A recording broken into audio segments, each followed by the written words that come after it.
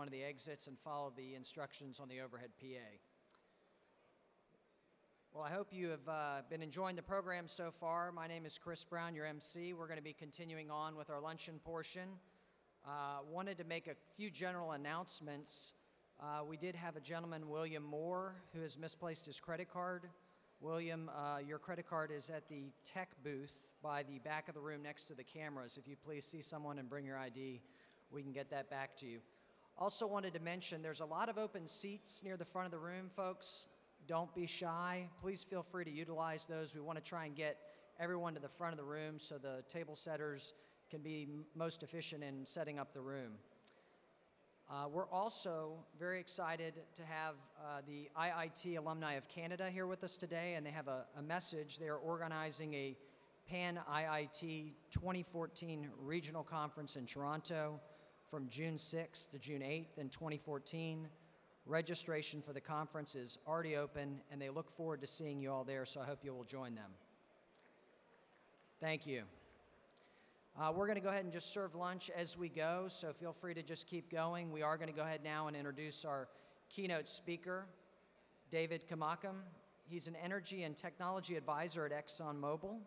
He's a member of the Corporate Strategic Planning Department, where he is responsible for assessing energy trends, emerging energy technologies, and related market and public policy issues around the world.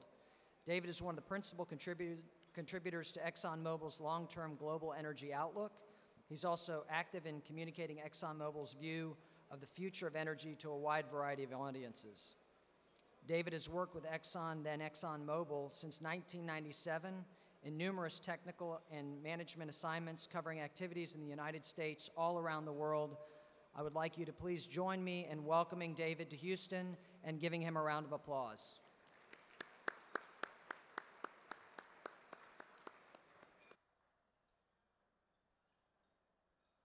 Appreciate it.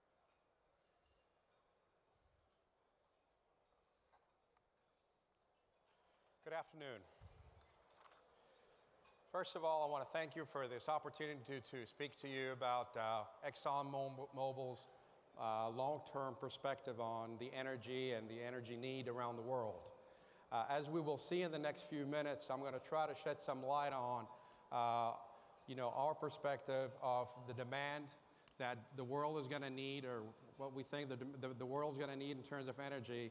And we will try to discuss some of the ways that this demand is going to be achieved through different sources of energy supplies.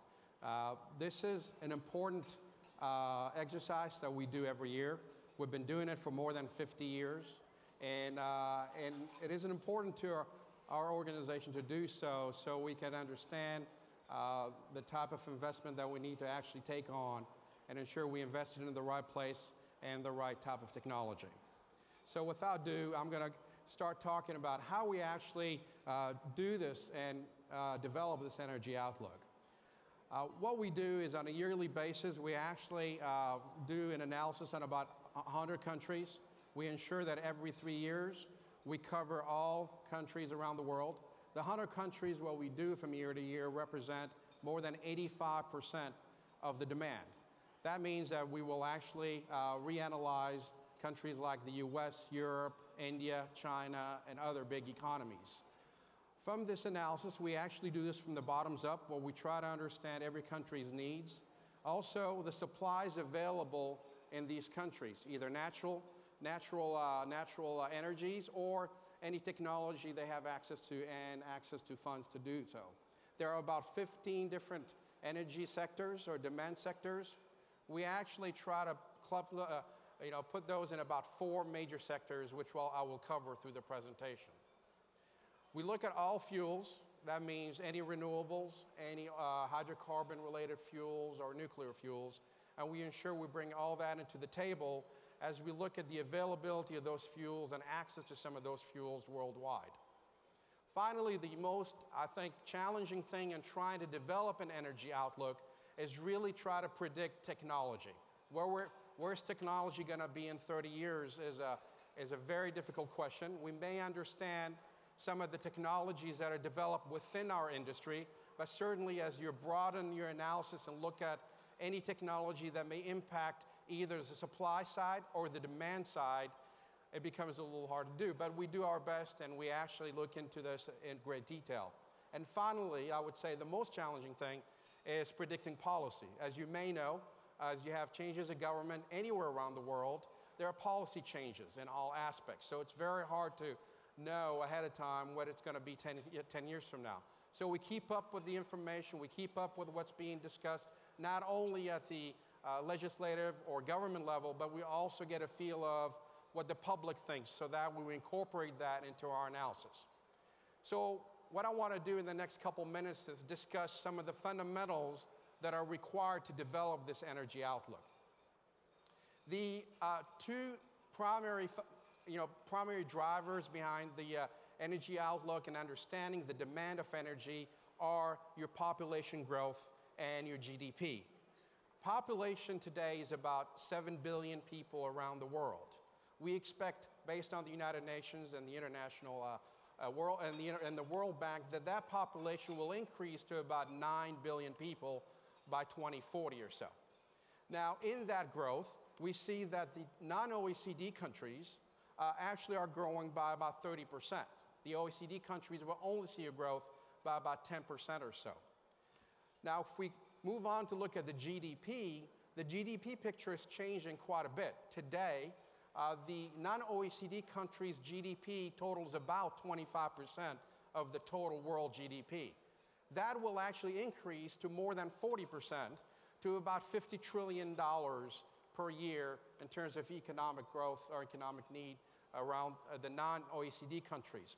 So the non-OECD countries will actually see about 250% increase in GDP by 2040.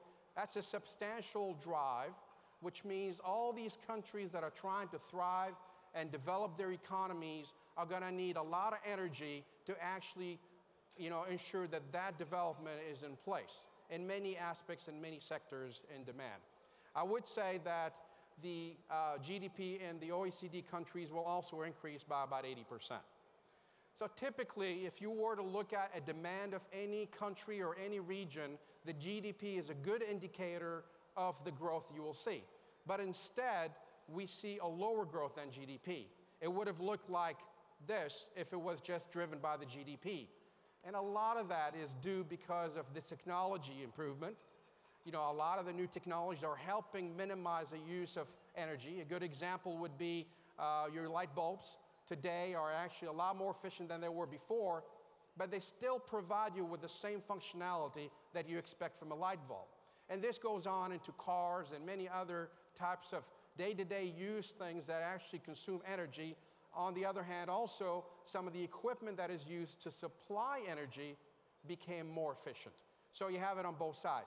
The growth itself of energy is expected to be about 35%.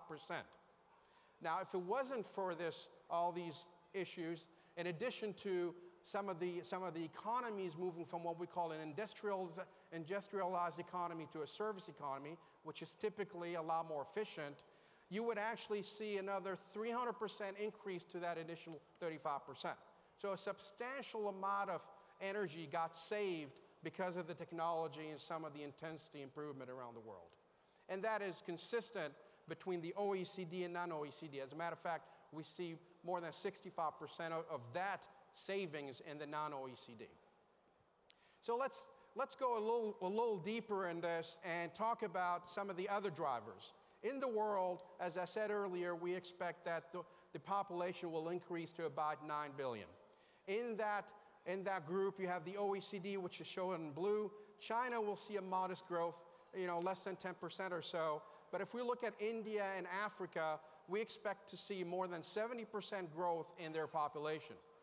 So it's a substantial growth in population, which requires more energy, larger demand.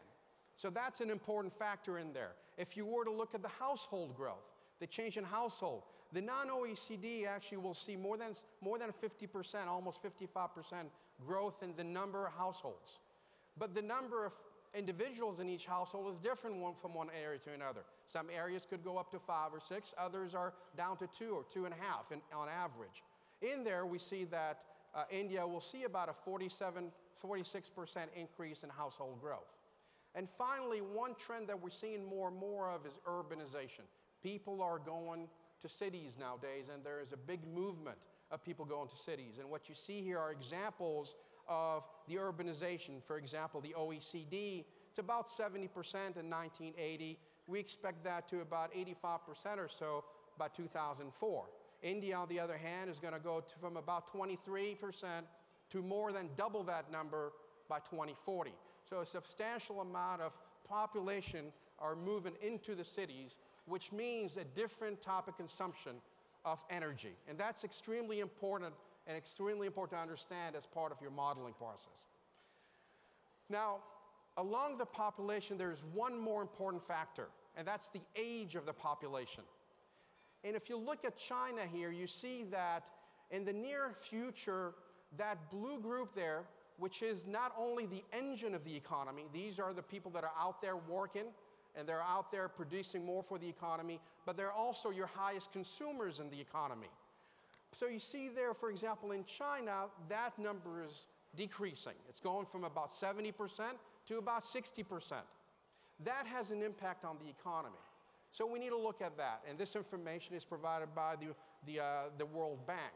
And what you see for India, on the other hand, there is growth of that group. You see it's going from about 60% in 2010 to about 70 plus, more than 70% in 2040. So that also reflects some more need for energy in that area of the world. If we were to go back and look at the GDP again and break down the non-OECD countries, what we see here is a substantial growth, like I said earlier, 250% growth, but there is a substantial growth in China and in India. The growth is expected to be about 5 times what it is today. So the GDP in China and India is expected to be 5 times what it is today. So if we translate this into demand, energy demand, actually the largest growth in all the non-OECD countries is in India. We're expecting that the demand for energy in India is more than about 2.5 times the current demand of energy. So India is going to need more and more energy as we go forward, along with the rest of the OECD, which you've seen, as I said earlier, 65% increased demand. Earlier, I talked about different sectors. So now I'm going to try to focus on 3 of the 4 sectors in more detail. But what are these sectors? There are 4 major sectors that this demand is broken into: the electricity generation, the industrial, transportation, residential, commercial. The largest increase is in electricity, about 50% increase in demand. On the other hand, industrial should see about 25% increase in demand, transportation 42% increase, and finally residential is almost flat, about 5%. That doesn't mean in residential there isn't a greater demand in there, but there is a big transition from more intense energy to lower intense energy. For example, cooking from wood to gas gives you still could cook, but you use a lot better energy savings in there. Out of these 4, there's one of them that's considered to be a secondary energy, and that's electricity. So really, in reality, electricity is superimposed on top of the other 3. That means that industrial, instead of growing just by 25% in terms of energy demand, it's growing by 32% if you take into account the electricity sector. Residential, instead of being flat, we actually see an increase of about 30% in the next 30 years or so. Transportation is lightly impacted by this sector. Okay, so let's go ahead and talk a little more about these different sectors. We're going to talk about industrial, transportation, and electricity. And finally, we're going to close this discussion and talk about the supply, specifically supply of oil and gas. So in industrial, what we see is a total growth of industrial demand of about 32%. In that growth, we see chemicals, which is represented by some of those industries, plastics, fertilizers, or paints, is going to see about a 52% increase. On the other hand, manufacturing and heavy manufacturing industry, which has the largest overall growth, actually will see an increase of about 35%, and that represents the steel, the automobile, and the textile industry. The 2 first ones that I show you, the textile and manufacturing, they represent about 90% of the total growth of demand in this sector. The energy industry, which ExxonMobil is part of, is really the industry that extracts some of the natural resources to provide to the public. That includes liquid fuels, coals, and natural gas, will only see an increase of 6%.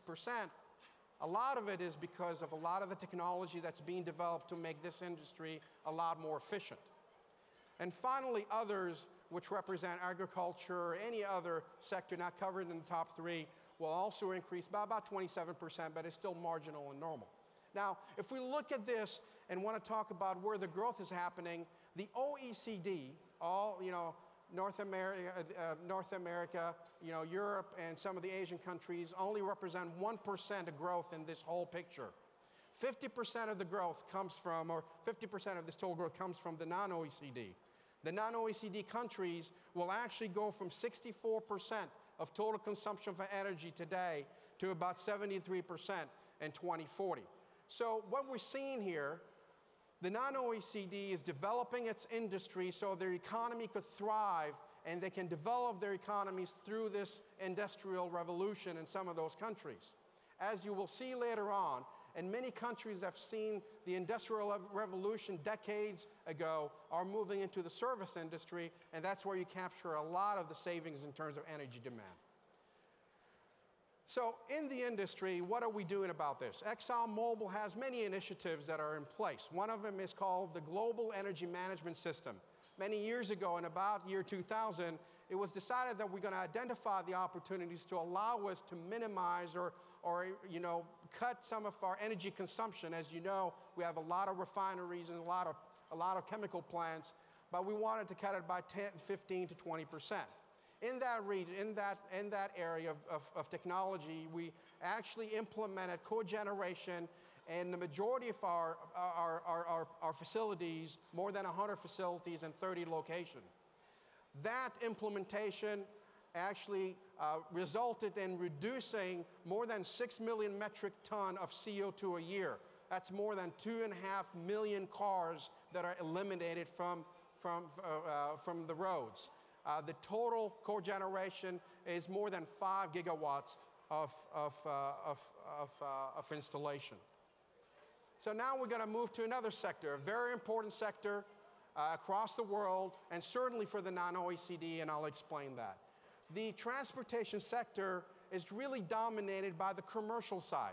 As you see there on your left, the light duty, which is your cars up to pickups and all that, their consumption, or the increase of their consumption, is minimal, almost none.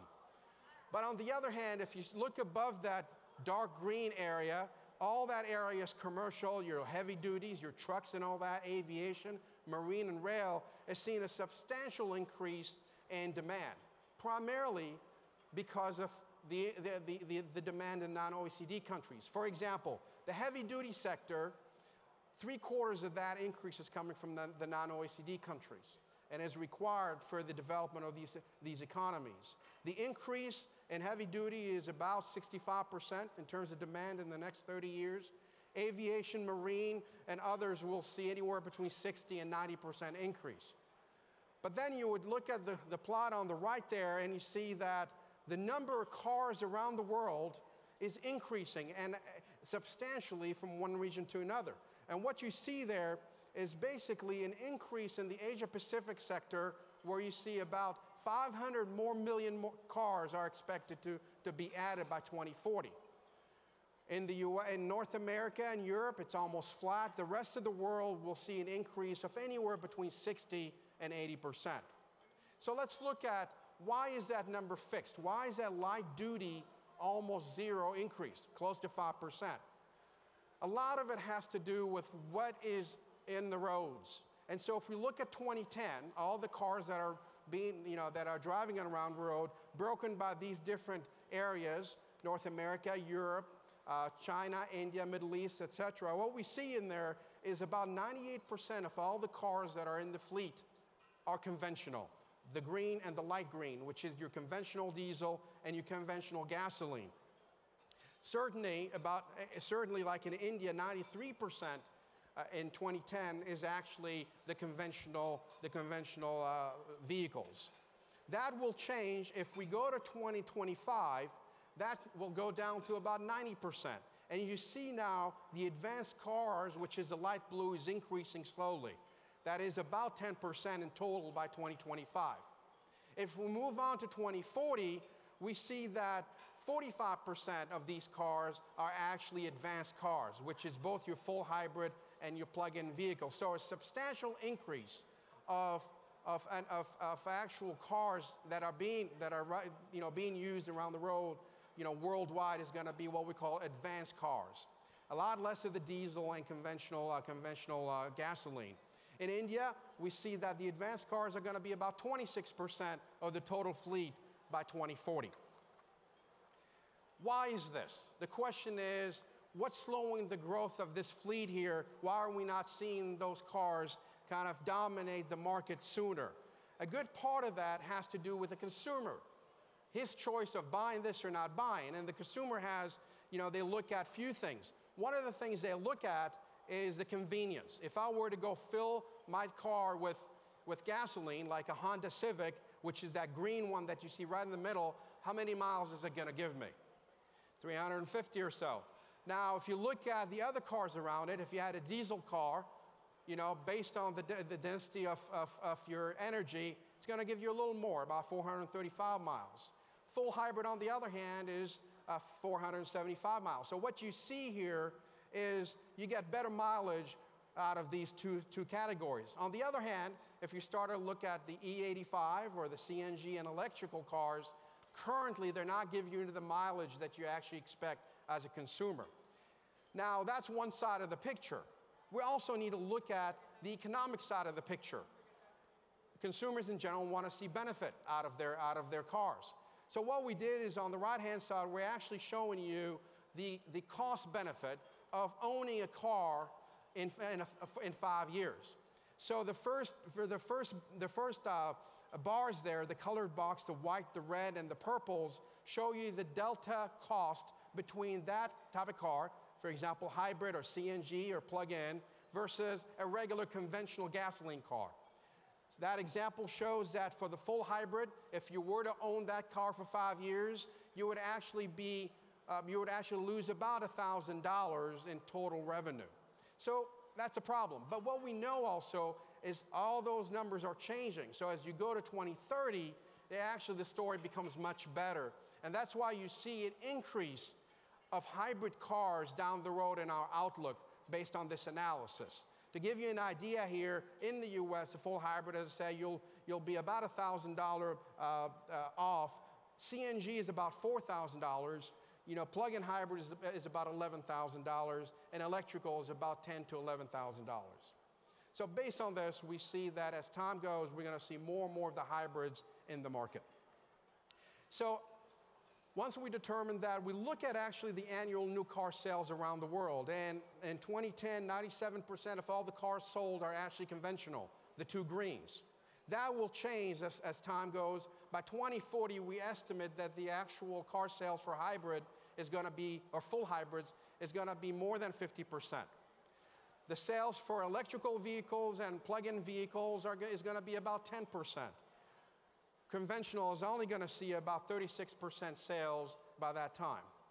What does that translate to in our business? It translates into how much fuel is going to be needed down the road. If you remember earlier, I said that the light-duty vehicles are not going to see much of an increase in terms of demand.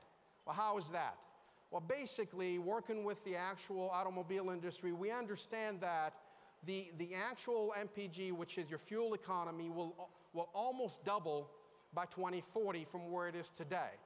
Primarily driven by improvements in powertrain, improvements in body and accessory. You have better aerodynamic systems. You have potentially more accessories that will optimize your driving and all that. The vehicle size. A lot of the cars are actually smaller, same name, but a little smaller, and lighter. There's a light weighting process that's ongoing right now, and finally the introduction of hybrids.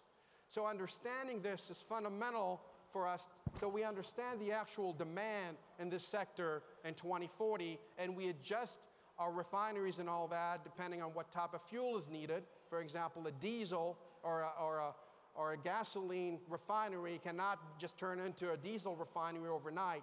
You need to invest early on to actually transition that from one type to another. All right, the next sector is electrical generation, which is, as I said earlier, a very important sector because of the growth and need in electricity. We have, as we expect, the OECD and non-OECD broken down here. And what you see basically, the OECD require more than 150% more terawatt hours to actually, based on its demand. On the other hand, the OECD will only need about 30% increase in the same period of time. Within the non-OECD, we see that both Africa and India will actually need more than 4 times its current electricity generation. So in these two areas, they'll need more than 4 times its current electricity generation. So the question, where is this going to come from? We estimate that as time goes, though, we will see that coal will still continue to increase because it is the cheapest way of developing electricity today, that we'll see it increase in many economies that are fundamentally focused on growing the economy before they optimize the type of generation they have. But as time goes, we expect that coal will actually decrease. Gas, on the other hand, the generation from gas will actually increase throughout this period because it provides a little less CO2 emission than coal by up to about 50 to 60%. We expect that nuclear generation will more than double in this period of time, and it is necessary for actually ensuring that we have enough electricity to actually provide around the world. Wind and solar will increase substantially, and I'm going to talk to you about this a little more, and then the other renewables, which includes hydro and other means of energy. So I said I'm going to talk a little bit about these 3 special areas, and that's nuclear, wind, and solar. As I said, nuclear is expected to more than double in terms of installed capacity. Wind, we expect it to actually be about 10-fold the current installed capacity, and solar will be about 8 times the current installed capacity. So a substantial increase of installed capacity around the world. But why is on the left-hand side we only see a small wind and solar? A big part of it has to do with the actual availability of that energy at all times. When there's no wind, you can't get windmills to work. When there's no sun, you cannot get the solar to work. So in true power output, it's a lot less than what you actually installed. And that's why you find that this industry will continue to grow, but will not provide enough energy for the world to actually, for the sustainability of the world demand. So now, after covering all these areas, what I want to do is shift my discussion and talk about supply. And before I go into the oil and gas, I wanted to kind of give you a perspective of the total supply that we estimate around the world. The dotted lines you see in white represent the 2010 supply levels, and the top of each of those bars represent our estimated 2040. Oil, gas, and coal represent more than about 82% of the total supply in 2010. We expect that to go down to 77%, but there is a shift between gas and coal. Today, coal is the largest form of energy that's providing us the supply required. We see that gas will actually increase at a higher rate, about 65% increase in 30 years, and will actually surpass coal worldwide by 2025. The increase in oil is driven primarily by the commercial sector, the heavy-duty trucking that is needed for non-OECD countries. So non-OECD countries will actually command 3/4 of that increase just in the commercial heavy-duty area. And a lot of it is so they can bring a lot of those goods from areas that are far away from ports and export centers into these port centers in order for them to actually export it around the world. Nuclear, as I said earlier, will see about doubling its energy supply. As I said earlier, solar and wind will see a substantial increase actually from where it is today, but in terms of capacity, that increase is in the order of 8 to 10 times what it is today. So now let's look at the oil and gas world, and let's see what's out there. So before we start, I want to give you a perspective.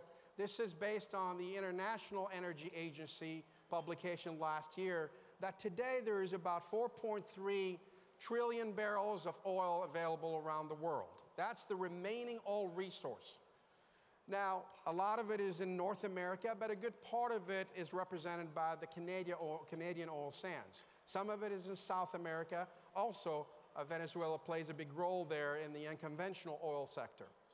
But around the world, the Middle East still has, a substantial amount of oil, almost more than any other regions, so very similar to North America. And we see some scattered around Asia Pacific, Africa, and Europe. So again, Russia, Middle East, and North America represents the largest portion of the oil available around the world. But in order for us to actually attain this oil, we need technology. And how does that play a role? Well, if you were to look at the same publication by the IEA from year to year, that number changes. And most of the time, well, sometimes it increases and sometimes it decreases. But if it increases, that means that we're finding more oil out there. And the driver behind it is technology. So what is the role of Exxon in developing some of those technologies? Well, one of the things that we have what we call the advanced seismic imaging technology that was developed in-house. Ideally, what you want to do is have a high-resolution camera, go down in the middle, few miles down on Earth and be able to find where the oil is and go and extract it out. It's not as simple as that. So what we need to do is develop technology that would allow us to kind of scan out what's below Earth from a surface or from the deep depths of the ocean and interpret that to the best of our ability. We have, or ExxonMobil has, or is a leader in the industry in what we call advanced seismic imaging technology. And that example you see on the left-hand side shows you the Mona Lisa picture and really the type of refined resolution you can get. And that is represented by an equivalent resolution seen in this technology. And as you can see there, in 2012, you can actually get a lot more information from that same image. And that's what we actually do within our company. In order to do that, you need substantial computational capabilities, and we're proud to say that we have some of the biggest and most powerful computers around the world to help us with that. But this is not enough. This helps to actually find the oil and gas, so that resource base will change from year to year. But once you find that resource, you need to go develop it. You need to have the right economics and the right technology to develop it. So I'm going to show you an example of how we can do this. This is a picture of our operations in the Sakhalin-1 operation, in Russia. And what we see here is basically a surface facility, or a facility that's really at the edge of the beach there. And from that facility, we actually are able to drill 5 to 6 miles laterally from that position. From one position, you can drill many, many wells. This is very important. You minimize the actual footprint, and you actually access these wells that are offshore without having to disturb the marine environment, and also to have access when it's hard, when there's a lot of ice. So that's important. But also economically, it has to be viable. And in the drilling arena, we develop a technology called fast drill.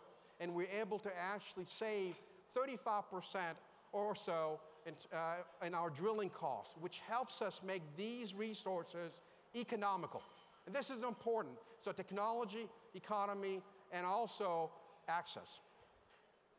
So now that we understand some of those technologies that are helping us, we need to look at what is the outlook of production. Well, today we actually consume about 88 to 90 or so million barrels a day of oil, or oil-related products, liquid products. By 2040, we estimate that number to move up to about go up about 20%. But if you look at the coloring here, the conventional crude condensate is coming down as time goes. What that means is we need to actually depend more on other types of production. And in this case, if we highlight the deep water, tight oil, and oil sands, these are areas that will still require development of technologies to allow us to increase those production and overcome that shortage that you see there in the conventional oil. So as you can see here, by 2040, we estimate that, about 35% of the resources have been produced, and at least based on the current knowledge, 40% or so, more than 60% will actually be remaining. If I want to touch a little bit on these technology areas. Deep water, we expect that we're going to increase production by about 160% by 2040, an increase in North America, Latin America, and Africa that are driving this increase. Again, this depends on current technology and further developing technology that we as a company are aware of and are working on. The natural gas liquids, which typically comes from the association with gas. In North America, as you know, with the unconventional gas increasing, we get more NGLs, but we're also going to see more of it in the Middle East. As you know, some areas like Qatar have a substantial production of gas. We're going to see more NGLs in that region, a total increase of NGLs of about 63% in the next 30 years or so. And finally, the unconventional oil, and specifically, we can give the example of the Bakken field here in North America, a substantial increase in that region, but also Latin America will see some increase, and we'll see more and more activities in the Middle East and elsewhere. So these are important areas that will depend on technology development. But as I touched on the unconventional there, you will see that some of the technology that is needed for the unconventional oil is also needed for unconventional gas.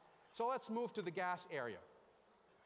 Currently, we estimate that more than 26 trillion, 1,000 trillion cubic feet of gas is available around the world.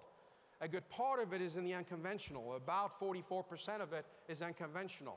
If you've seen the same plot, I'll say a decade ago, it'll be a lot different because the unconventional wouldn't be there, at least not in these same amounts.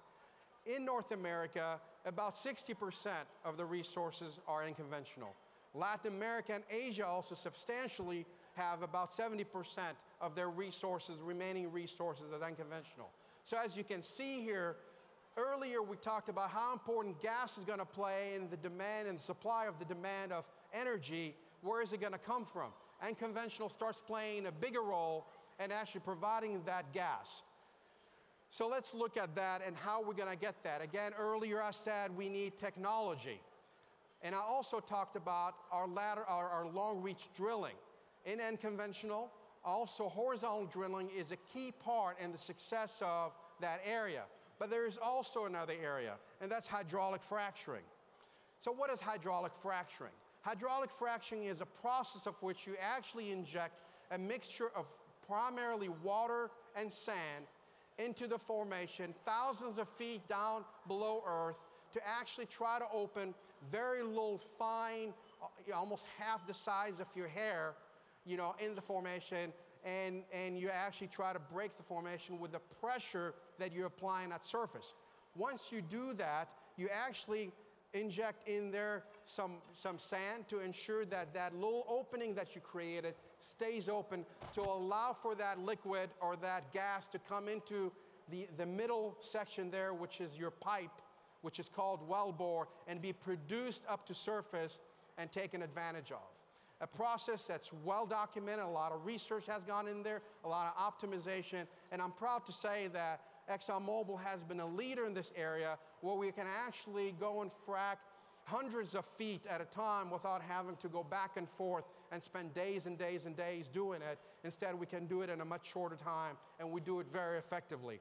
This technology, along with the horizontal drilling technology, is key for the success of the unconventional gas development, which not only is impacting the North American continent, but also will impact all future accesses to this unconventional gas. So what are the unconventional gas areas? Well, they're basically, where's the production going to come from? Well, in North America, as shown in here, we actually expect an increase of about 35% of natural gas supply. And you can see there the unconventional is the largest growth. We expect it to be about 80% in 2040 as the conventional production comes down. But worldwide, what we're seeing is that unconventional part becomes more and more important where by 2040 we expect it to be about 30% of the total supply required around the world. A good part of it from North America, but also we're seeing the rest of the world developing unconventional, and we ourselves are taking a great, some leadership role in that development around the world. So just to define what unconventional is, unconventional gas has three primary categories: what we call tight gas, which has been developed for many years, and we've been also leaders in that area; coal bed methane, which is increasing as we go forward; and shale gas, which is the one we hear of quite a bit nowadays. The production in North America is the largest, almost 60% by 2040, but also we expect Asia and the rest of the world to increase, where Asia Pacific is expected to go to about 25%.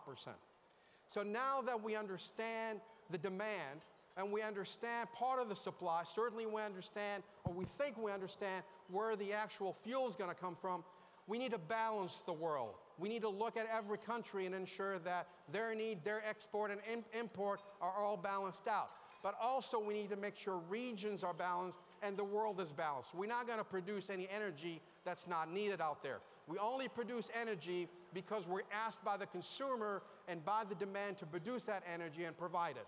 So that's an important factor. So let's look at two areas that have a completely different onsets. If you look at North America, we basically recognize that we were imports of oil for many decades. And as we get closer to 2030, we think we will have enough oil produced within North America, which includes Canada, the US, and Mexico, to actually sustain our needs.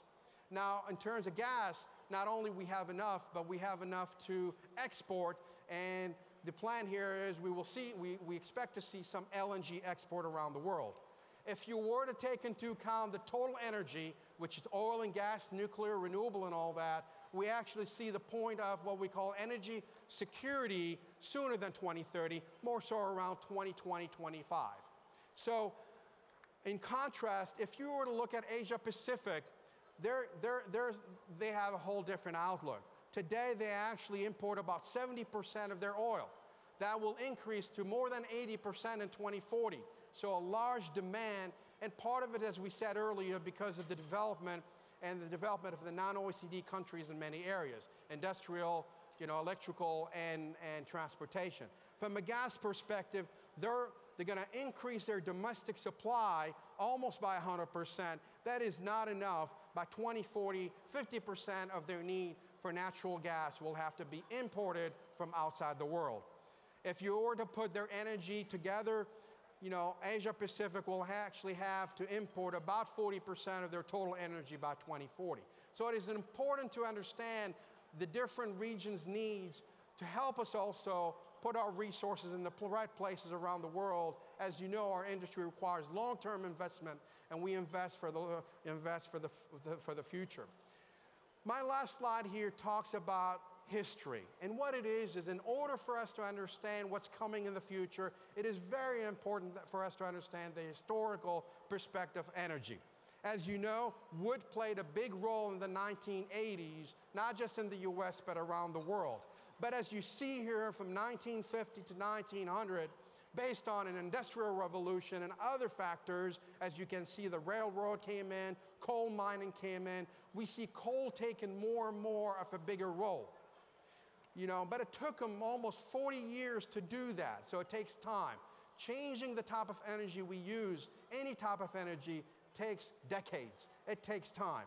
As we move on in time, what we see is the oil started to play a role in the 1900s and 1950s, and more gas starts showing up. On top there, you see some hydro showing up for electrical generation.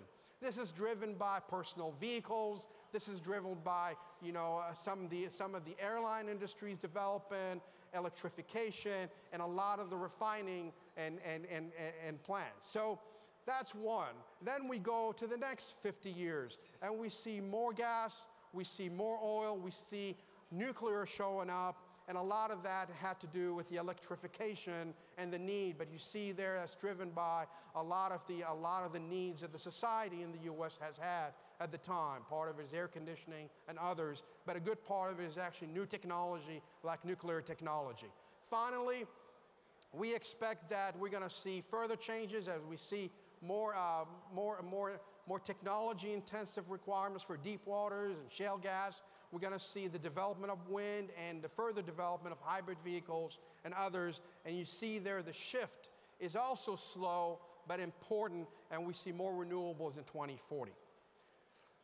So I hope by this little talk here that I try to give you a perspective of what we think the energy outlook will look like in the next 30 years and the importance of the energy actually in our daily lives. And part of this effort, we have launched last Thursday a new campaign that I want to show you a video of right now.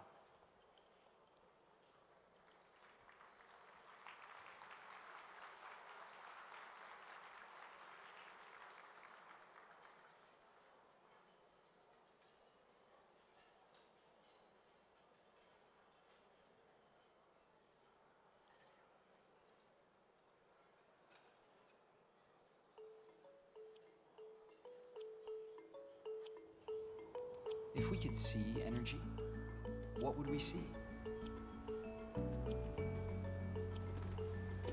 The billions of gallons of fuel that get us to work.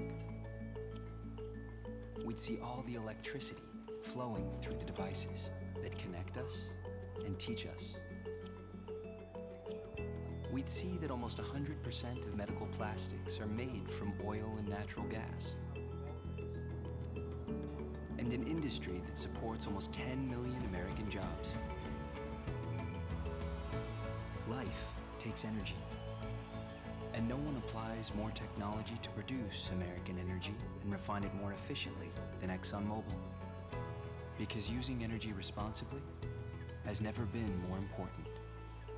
Energy lives here. Great. So my final note, I think this video kind of represents, how energy is important in our daily lives. If you look around you where you're sitting right now, everything you have around you either needs energy or comes from a source of energy that we actually are using today. Thank you very much for your time and for your attention.